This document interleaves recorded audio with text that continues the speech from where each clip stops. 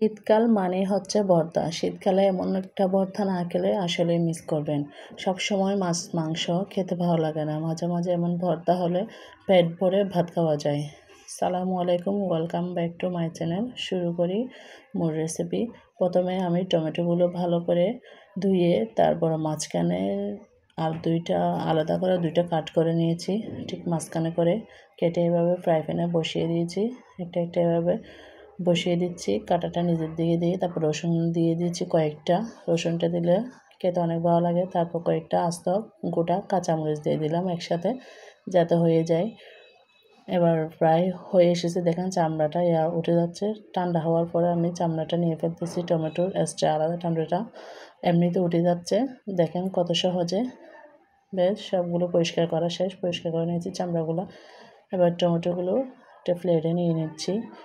মরিচগুলো প্রায় সিদ্ধ হয়েছে। রসুনগুলো দেখেন, মরিচগুলো একটু কেটে নিচ্ছি, কারণ ওটা কষলাতে একটু সুবিধা হয়, এটার জন্য একটু কেটে নিলাম। প্রথমে রসুনগুলো কষলিয়ে নিলাম ভালো করে, তারপরে টমেটোগুলো ভালো করে কষলিয়ে নিলাম। আপনারা কে কোথা থেকে দেখছেন অবশ্যই কমেন্ট করে জানাবেন। কমেন্ট করলে আপনারও এঙ্গেজমেন্ট বাড়বে, আমারও রিচ বাড়বে, দুইজনের সুবিধা। একটু লবণ দিয়ে আবার মরিচগুলো ভালো করে কষলায় নিলাম, কেটে নেওয়ার কারণে বেশিক্ষণ কষলাতে হয় নাই আমার। দেখেন, তারপর দিয়ে দিলাম পেঁয়াজ কুচি, ধনিয়া পাতা কুচি দিয়ে সবগুলো দিয়ে ভালো করে মেখে নিলাম।